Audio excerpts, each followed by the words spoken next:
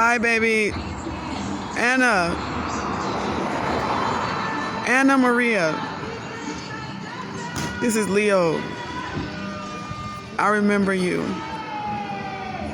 I was a military man, and you're connected to the performing arts circles in Moscow. You were an actress, and I used to come to the theater and watch you. I remember the 1 to 2 times I saw you. I knew I loved you the second night. And I used to always sit in the front, and some of the regulars in the artsy circles used to know that, oh, Officer T is gonna sit there. And I remember them hating me a little bit because I advocated for so many peoples, especially the descendants of the folks who were in the fields who just so happened to be Afro descent. Anyway, I remember writing letters to the government. I remember fighting in the Crimean War. I remember writing in those notebooks and giving my wife the books to read. I remember cheating with that governess, and my wife found the letter. And I had no choice but to go with what I felt for myself as a man and as a king.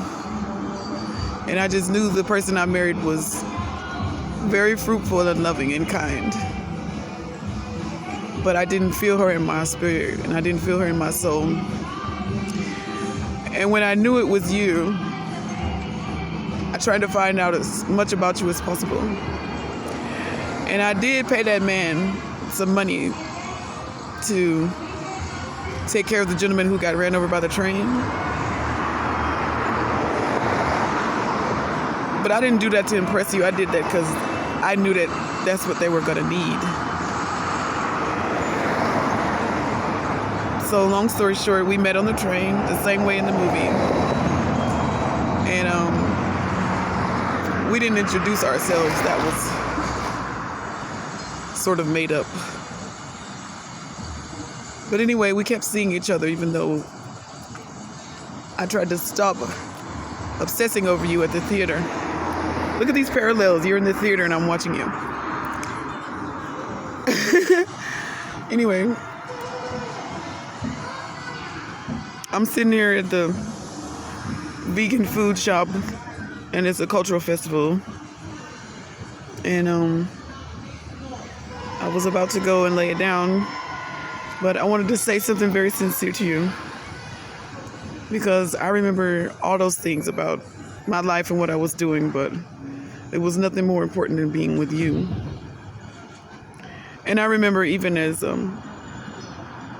we made love to each other, I could feel that you weren't going to leave. I actually asked you to leave. I said, come on and leave. And you said, I can't leave, Serioja.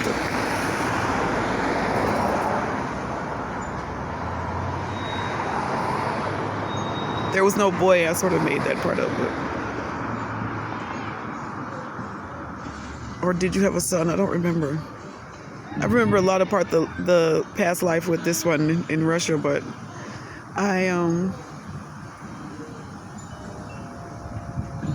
just remember loving you, that's all. And I remember the part about not being able to help you because I knew your husband was abusive. And he wasn't my superior officer, but I think there was someone that knew your husband. And in choice of not being together, I stayed with my wife until the end. And I don't know if that's how we separated, but I kept telling you to leave, and I was going to buy tickets for us to go to America on the train. And you were saying no, because it wasn't right that I would leave my wife and children. And you sort of got my spirit together, like what we feel for each other now is greater than what we can have. So you would basically encourage me to wait. And I wrote that book out of pain and feeling like I had lost myself. But I stayed close to God. That's where I started writing about God and everything, because I felt like I would die if I didn't hold you again. I felt like I would lose lose myself as a man and trying to deal with the career and the public. I think that's sort of what's happening on a social level. That's why I was able to create the book so dramatically, because I knew if people found out about this in public, we would be ruined, because there was so much drama and this person's married to this person and this person is sleeping with that person, and I knew they would love it, so I packed it with all these different layers of characters and sort of made up half of it. But the beginning part was real, and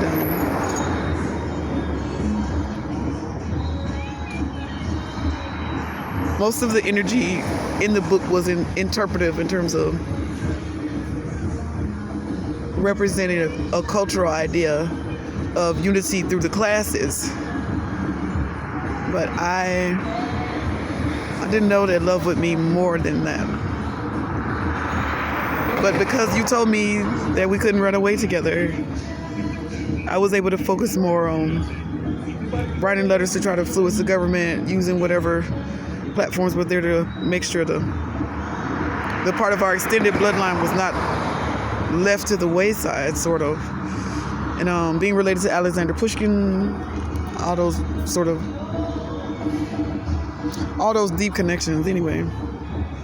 But I remember that to the T. If nobody else believes that, it's okay. I hope you remember some of it, because this was the part of my transformation. And I really appreciate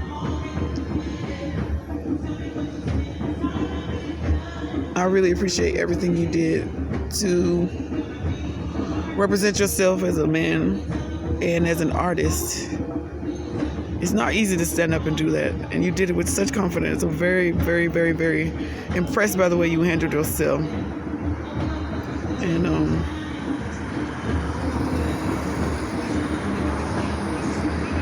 you've got a style to what you're doing, and I definitely don't want to interrupt your life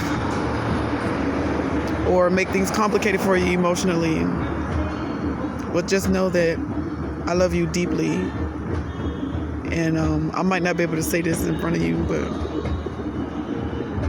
you're literally the man of my dreams. You're literally the most beautiful actor I've ever seen in my life. I'm talking to you, Maria. Your name was Anna Maria Bushkov. And I wanted to be your husband, but I was married. And that book got turned into 16 to 20 different formats. I saw it at play. I saw Anna Karenina, the play. I saw it as a ice skating interpretation. I saw it as a bunch of different versions of the movie. Like, that man, I wrote my butt off. Anyway. But they say I read something on it when I was first remembering this right after Arenze's spirit started talking to me, bless the Lord. Then that's when I remembered those things, and I said, oh my goodness, I'm this person. And all I remember is wanting to make it up to you for whatever pain you've gone through. Wanted to even leave my family to be with you. And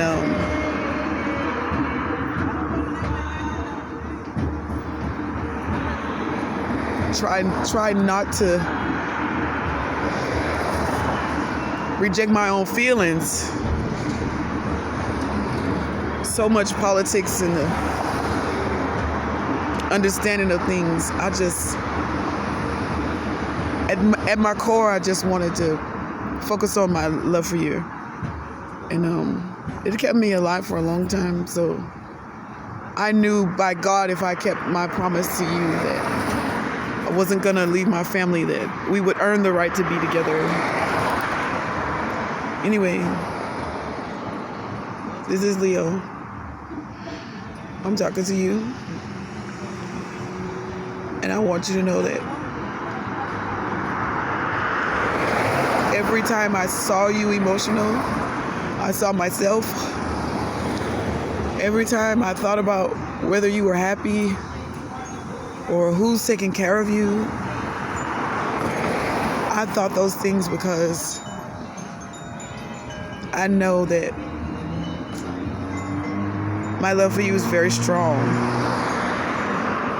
And even if I was going to look like a fool to say I wanted to speak to you, even though we're in like a couple of steps away from each other in terms of people. But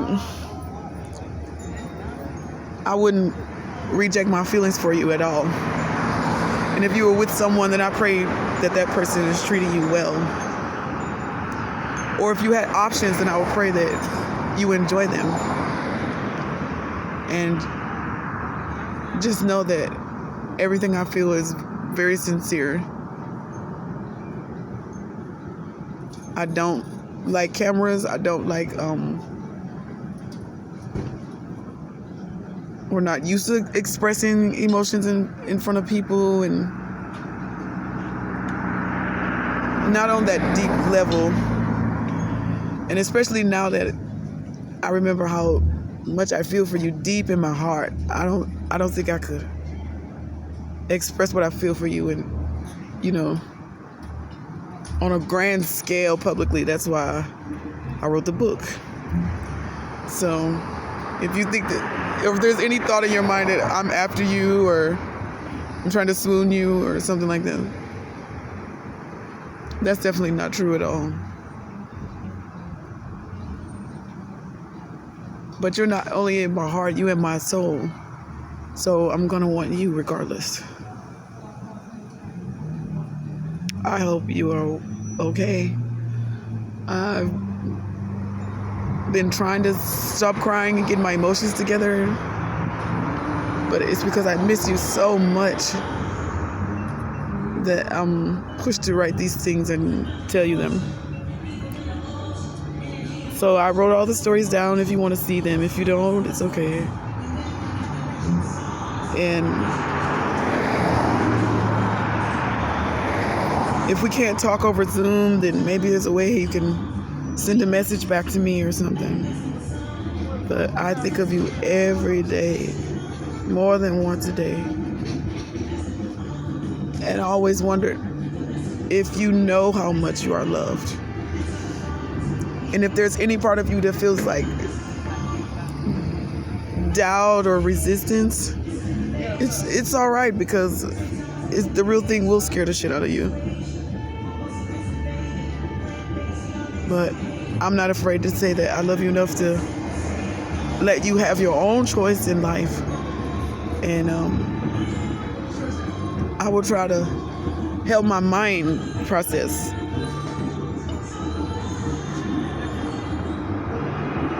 Help my mind and my emotions process what's happened to me in terms of a spiritual understanding. So then I can say, I tried, I gave the message. I wanted to prepare something to explain the book that I wrote for you and Arenze,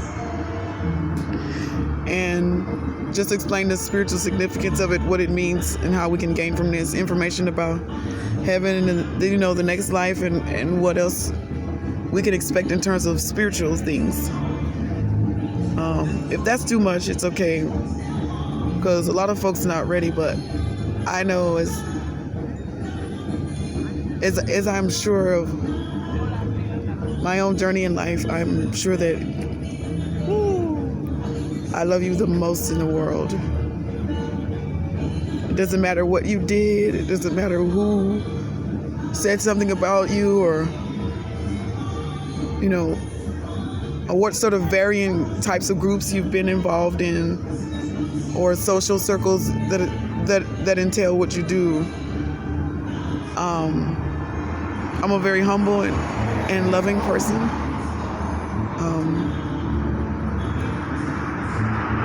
And I have no intentions of wanting to be social on that level in terms of cameras and, how everybody's got their sort of eye on you and everything.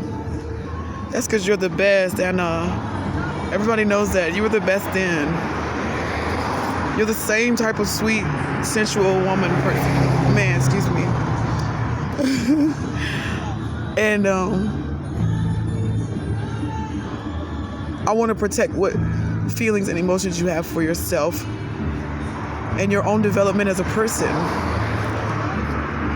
And if I'm saying the wrong thing, or you feel this could be impeding on what you feel privately for yourself, just know that I'm saying this so you know without a doubt that true love is real. I've thought about it so much where I can say these things to you, and I know it's a fact. Because I can say it, I know it's a fact. And if anybody would ask me, I would tell them. Or if we want to just love each other however we can for us, then that's fine as well. Or you want to have one meeting and see what happens, and we'll do a little bit of spiritual work, or I'll have you look over my writing to see if you approve, and you want to just keep it sort of average and very impersonal, that's fine as well. So it's up to you, sweetheart. I hope you feel the love I'm giving you, because it's the same love I had for you for all this time. It's the same love I had for you all this time, hundreds of years ago. It's even deeper now because I see you, and I literally thought that you were just my favorite actor, like for real. And then after 12 years, I was just done. I went all the way to the movies and saw it, and I cried, of course. And then I watched it on a bootleg DVD some weeks after that, and I didn't cry until the next morning after I watched it at home, and then I cried my butt out. And then I wrote a song for you and everything right then when I was thinking about it. And I thought how you deserve to be honored, because you showed how all a real man really wants is his family. And the fact that Solomon made it home is definitely a victory, especially for all of those who did not make it home. So I thought you were the epitome of what can be shown in terms of black strength. And that's why I cried for you, and I said, I wonder if he knows how much he's loved. I wonder if he knows how strong he is. And it's obvious people can see you're a very sensitive and delicate artist and a man, and they respect you because of your strength and commanding energy. And I respect that as well. So you literally become like the best again. And I always knew it. That's why I would watch your movies and go, what is happening here? Like, you literally shaped film. You don't fit yourself into the film. You shape the film. You shape the environment. So I want to say, with all the strength and energy you put into being the best, baby, you won. You really have surpassed everybody. And no matter how people try to categorize or, you know, put in classes of who's this type of artist and all that, you're number one. And it's not just because I love you. It's because it's fucking true, man. You have so much bravery and smoothness about what you do that I've always been thinking of you in high regard because of that. And I thought, I remember watching Kinky, like, what kind of person is he that he can express such deep passion on both ends of the spectrum? I wanted to cry for you then, and I said, wow, he's gone beyond. You were beyond then. Seamless, very, very, very, very, very, very controlled. I loved it. It's not just art. That's why I said you make art something different, baby. You literally changed the game. Everybody says it, but if there's any backlash, what am I saying? Fuck all that. If there's any, if there's any Negative reactions to what I'm saying, this is unwanted, and I remove this from your atmosphere and from your life, period. Because nobody deserves to hear this shit more than you. Have you heard it, babe? You heard about how much you loved it. Have you thought about how you touch people and it makes them want to love you? But I guarantee you, like I said, nobody loves you more than me, and I love you enough to keep saying it. I've got so many memories from the past lives, that's why I love you. I've got so many reasons artistically why I love you, and I'm a true artist myself.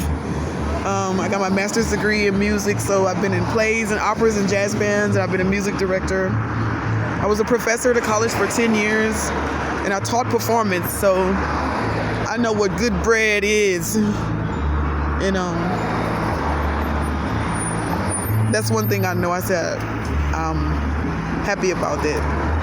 What I was able to do with my life in music and teaching music is a good milestone. But what you did for performance and entertainment is really shown that you're a gift to the world.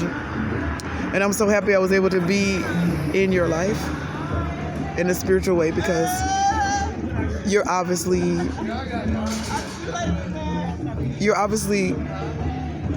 special to God. So I'll be able to explain more spiritual things about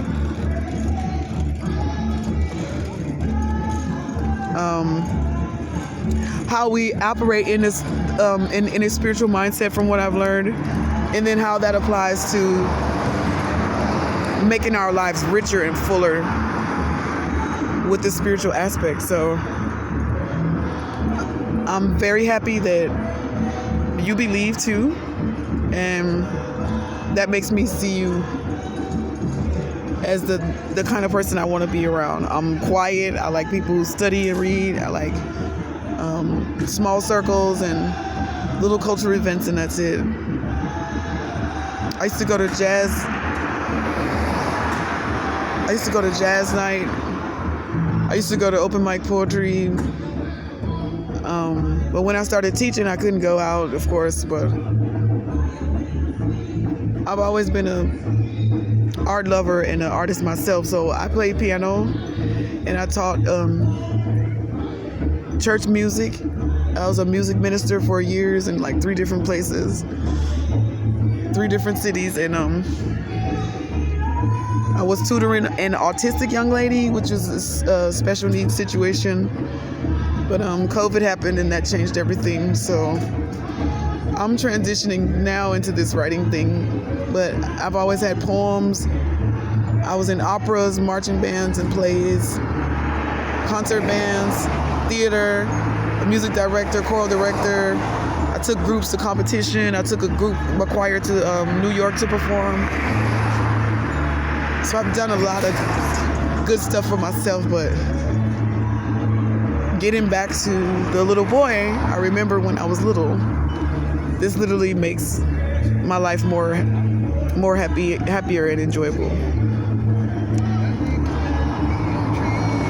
Because I didn't know that my favorite artist was the person I was looking for my whole life. And I didn't remember I was looking for this little boy that I saw in the car when I was little until 30 years later. I'm watching you all this time. And then after I remembered you, I said, oh, dang, I do remember thinking about him like that, sort of deeply emotionally, when I started watching your movies around like 2004, 2005. And then I remember feeling that same thing for 12 years, like, get him out of there. What is he doing? Don't hurt him. Like this whole just need to care for you while I'm watching these movies. But I didn't know that we were this close in terms of our souls knowing each other. But I'm very grateful for your life. I'm very grateful for everything you did. And if somehow you feel like, I can't do this is too much, you may feel overwhelmed. I completely understand. Because we're the same person, I understand, sweetheart. So I don't want to impede on whatever relationships you have with others. I don't want you to feel like you have to, be committed to those relationships, especially if they're not supporting you in a spiritual way. And I can understand that because you really love people. And I feel from my understanding of you that it's a lot of different circles and a lot of different situations, personal and, relationships that you share with people you work with and other artists and socials, stuff like that. But just know I'm here to protect your heart and your emotions and your feelings, and definitely help you along the way any way I can. I don't know if telling you I'm in love with you is gonna make it harder, but it's so true that I could tell you in this way. I don't want you to feel hurt by anyone. I almost feel like as Leo Tolstoy, I would probably hurt everybody that ever hurt you. Or I would probably go back and figure out okay, which one of these people said something negative, or who tripped out at the rehearsal, so then I can check their ass. Excuse me, I'm sorry. I'm really not aggressive. You've done this to me. Anyway, I do have a very strong nature, but that's because I've got pushed back and, hurt so much that I learned to speak my mind and be very forward. Plus, being a professor and a teacher for a long time, it helps to get my little soapbox energy, or, get my little soapbox time. So I don't feel a need to hear myself talk. This is not a career move. Like I said, me loving you has nothing to do with knowing you or trying to be involved in those circles, or trying to be some type of socialite like these young goofy girls is doing. You know what I'm saying? If you have that idea, please don't think that, because I don't even like cameras. Like I said, I really don't. I dress normally. Sometimes I'm just very cool. And in terms of my appearance before, I was very, very out of it. I was late getting up. Something was telling me, he's not gonna know you, don't go. And then I heard an angel at the last minute say, get up, get up, get up. And I realized that was Arinze pushing me, go, go, go. And in terms of all of the inappropriate things, I didn't realize what I was doing until after that. So if that's another reason why you don't want to see me, or if that's another reason why it's difficult because we won't be able to explain that part to certain people, or now that you've explained it, it's too complicated and you're like, I don't want to look this way, if you know what I mean? If there's contingencies to how you express whatever our interaction is, then I totally get it. I totally get it. But just know this, that I would encourage you to ask those people to understand what you mean, because giving you your respects is number one. And if they don't respect you, baby, they're not supposed to be on your friends list. Anyway, don't let me start preaching, because I don't want to sound like I'm overwhelming you, but you really hit me in my heart. And it's not just because you're very great at what you do. It's because I enjoy watching you being great. It's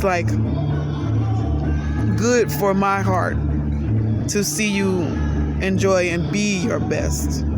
If I was your sister, I would still be the same type of number one cheerleader, you know what I mean? And make sure you know that I'm always rooting for you, and because I waited for you this lifetime, I'm gonna make sure that you know it.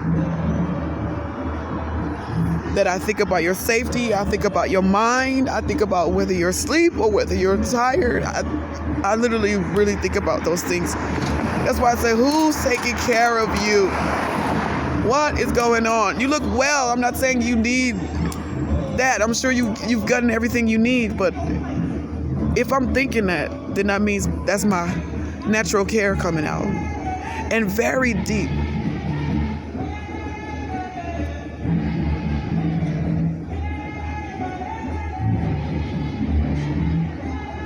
Anyway, that's about 30 minutes of loving you. Kisses and hugs. Mwah. Big hug. I'm squeezing you. Anyway, thank you for being a loving and kind and beautiful man, and a very gracious and understanding partner as Maria. I hope I see you before your birthday.